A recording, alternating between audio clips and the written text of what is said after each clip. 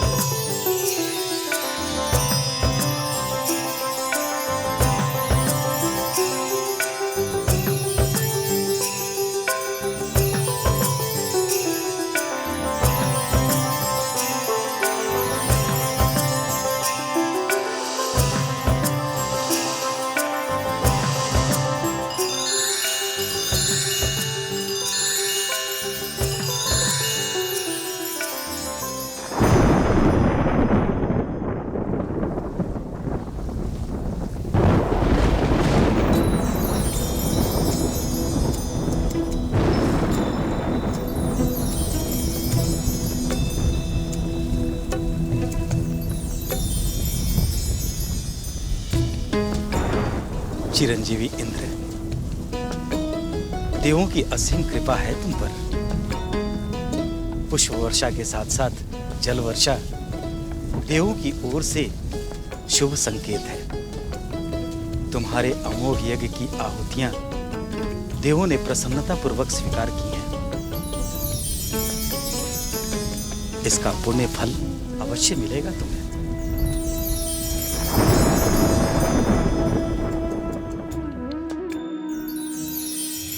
प्रजापति दक्ष की, प्रजापति दक्ष की।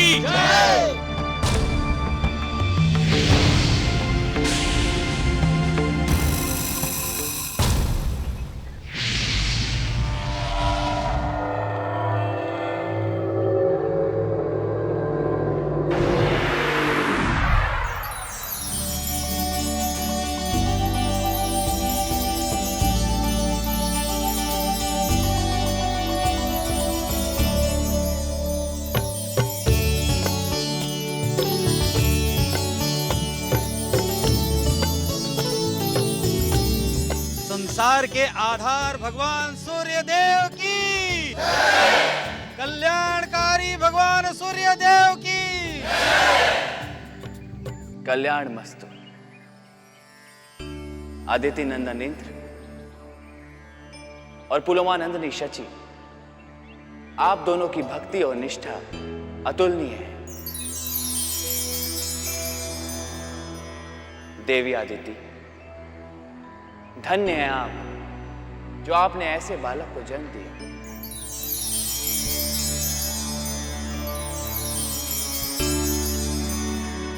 और देव गुरु बृहस्पति देव, आप तो स्वनाम धन्य हैं। आपकी पंडित पूर्ण पुरोहिताई के कारण ही आदित्य नंदन इंद्र 100 अमोघ यज्ञ पूर्ण करने में सफल हुए हैं। नारायण नारायण। और इसके पूर्ण फल स्वरूप आज से अदिति नंदन इंद्र स्वर्गाधिपति कहलाएंगे।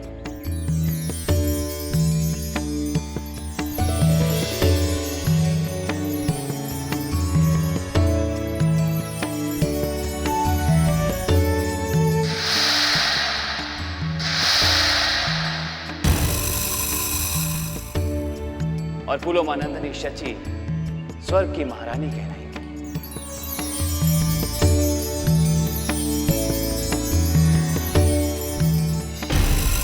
ये सूर्यदेव हर बात पे अपनी मनमानी करते रहते हैं। उस व्यक्ति को स्वर्गाधिपति बनाया जा रहा है जो देवपुत्र भी नहीं है। किंतु मेरा भी यह प्रण है कि एक दिन मेरा शिष्य देवी दीति का होने वाला पुत्र स्वर्गासन पर अधिकार करके सूर्यदेव को नीचा अवश्य दिखाएगा।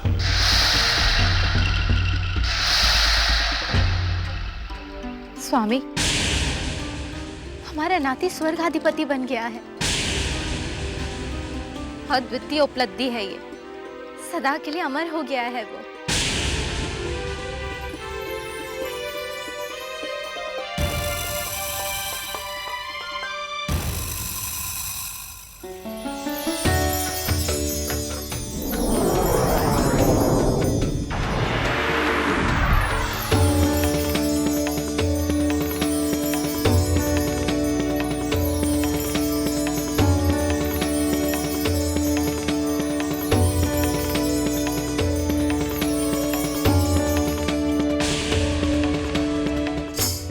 भगवान सूर्य देव की जय। आदिति नंदन इंद्र स्वर्गाधिपति बनने के साथ साथ आप देवयोनि में प्रवेश करेंगे। किंतु दूसरी ओर इस पद को ग्रहण करते ही आपकी कठोर साधना का सारा संचित क्षय हो जाएगा।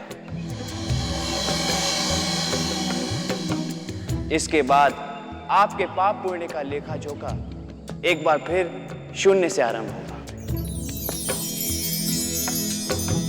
सदा याद रखना, हर पद के अपने कुछ विशेष दायित्व होते हैं और इस पद पे रहते हुए आपको अनेक दायित्वों को निभाना होगा। मैं पूरी लगन के साथ अपना दायित्व निभाने का प्रयत्न करूंगा प्रभु। आपके पुण्यों का श्रेय होने और पापों की वृद्धि होने पर आप ये पद खो देंगे।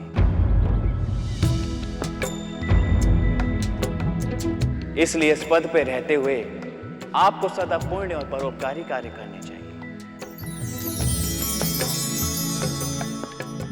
ताकि आपके पुण्यों में वृद्धि हो और आप सदा इस पद पर बने रहें। मैं सदा आपके आदेश का पालन करूंगा। आपके अनेक दायित्वों में सबसे महत्वपूर्ण दायित्व होगा पृथ्वी लोक पर जल वृष्टि का प्रबंध। पृथ्वीवासियों के लिए वर्षा का क्या महत्व है यह आप भली भांति जानते हैं। यदि वर्षा कम हुई तो अन्न की उपज कम होगी और सूखे से हाहाकार हो जाएगा। और यदि वर्षा आवश्यकता से अधिक हुई तो बाढ़ आ जाएगी और विनाश का तांडव देखने को मिलेगा। इसलिए जल वृष्टि के अधिष्ठाता के रूप में पृथ्वी पर वर्षा का संतुलन बनाने का दायित्व भी आप पर ही होगा। मैं पूरा प्रयास करूंगा प्रभु कि इस उत्तरदायित्व को भली भांति निभा सकूं। आज आपने जो ये यज्ञ संपन्न किया है यह अथाह ही पुण्यदायी और सुफलदायी है।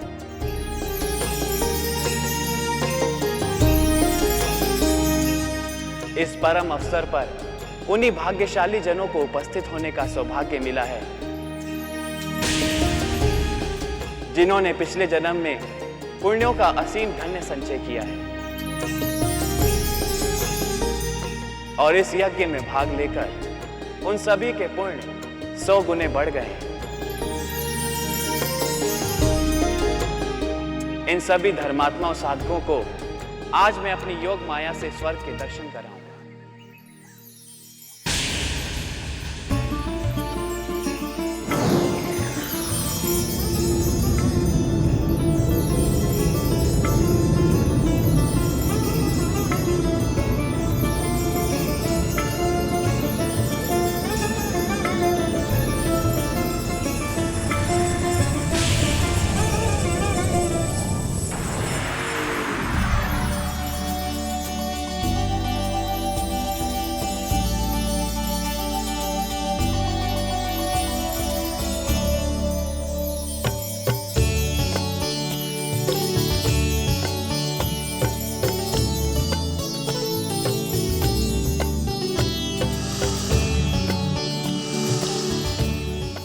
मेरी इच्छा और पुण्य शक्ति से निर्मित इस भव्य नगरी की माया अलौकिक है। यदि आपके मन में लोभ, मोह, मत्सर और अहंकार का भाव आया तो यह भव्य नगरी आपका त्याग कर देगी। इस प्रकार के निम्न भाव आने से आप न केवल इस महान पद की गरिमा को नष्ट करेंगे, अपितु इस पद पर रहने के योग्य भी नहीं रहेंगे।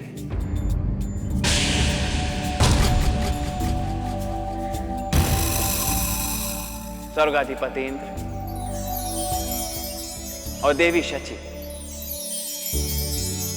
अब आप स्वर्ग में प्रवेश करें।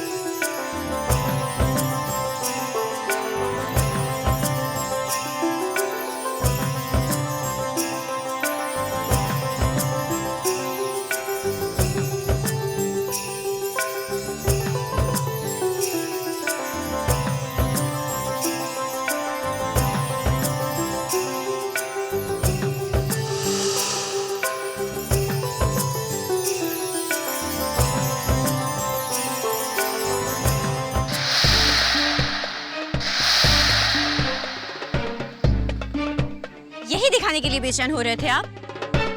उस कुलक्षणी अदिति के पुत्र और पुत्रवधू की सफलता दिखाकर मुझे जलाने के लिए आप कुटिया से बाहर लाना चाह रहे थे? नहीं पुत्री दिति, मैं तुम्हें बाहर बुलाने आया था ताकि तुम्हें तुम्हारे पिताश्री से भेंट हो सके। क्या वे भी यहाँ आए हुए हैं? हाँ, तुम्हारे पिताश्री और तुम्हारी माताश्री भी। आओ, चलकर उनसे भेंट कर लो। इस समय मेरा किसी से भेंट करने का मन नहीं है।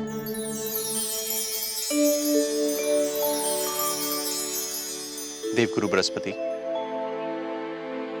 इन पुण्यकारी यज्ञों का पुरोधा बनने और इस अनुष्ठान को सफलतापूर्वक पूर्ण कराने के लिए मैं आपका जितना धन्यवाद करूं उतना कम है। सुधीजनों ने ठीक ही कहा है कि मां से अधिक श्रेष्ठ स्थान गुरु का होता है। यह हमारे पुत्र का सौभाग्य है कि उसे आप जैसे श्रेष्ठ और योग्य गुरु प्राप्त हुए। पुत्रेंद्र को स्वर्ग का राज तो मिल गया, किंतु एक आशंका है।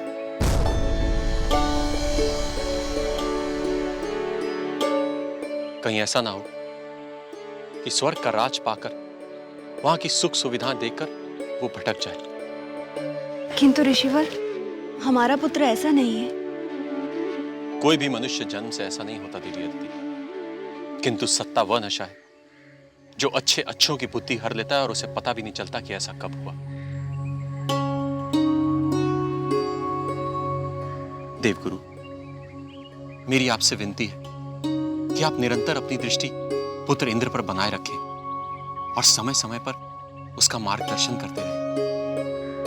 ये तो मेरा दायित्व है। यदि आप ना कहते तो भी मैं यही करता।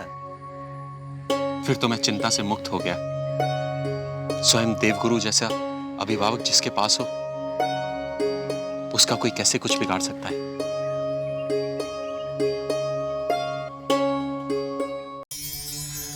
कहते हैं कि जो ऊपर जाता है वो नीचे भी आता है। क्या ये संभव नहीं कि ये दोनों आज ही नीचे आ जाए? नहीं पुत्री दिति, ये संभव नहीं है। किंतु तुम दुखी मत हो, वो दिन भी अधिक दूर नहीं जब ये दोनों नीचे आएंगे। अर्थात? जब तुम्हारा पुत्र मुझसे दीक्षा लेकर अदिति पुत्र इंद्र को युद्ध के लिए चुनौती देगा तो इंद्र को उसकी चुनौती स्वीकार करनी पड़ेगी, और युद्ध में हारने के पश्चात इंद्र को उसका सिंहासन छोड़ना ही पड़ेगा पुत्री। दुष्ट इंद्र, पापिन अदिति, आज जितना प्रसन्न होना है हो लो, क्योंकि वो दिन दूर नहीं जब मेरा पुत्र तुम्हें तुम्हारे छल कपट का, तुम्हारे कर्मों का दंड तुम्हें देगा।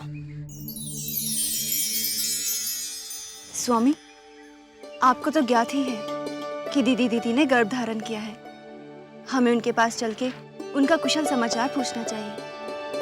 जाएंगे, अवश्य जाएंगे, किंतु पुत्र इंद्र और पुत्री शची के स्वर्ग में प्रवेश करने के बाद। स्वामी, ज्योतिषी मेरी कुंडली देखकर कहा करते थे कि ये कन्या बहुत भाग्यशाली है, किंतु इतने सौभाग्य की कल्पना तो मैंने अपने स्वप्न में भी नहीं की थी।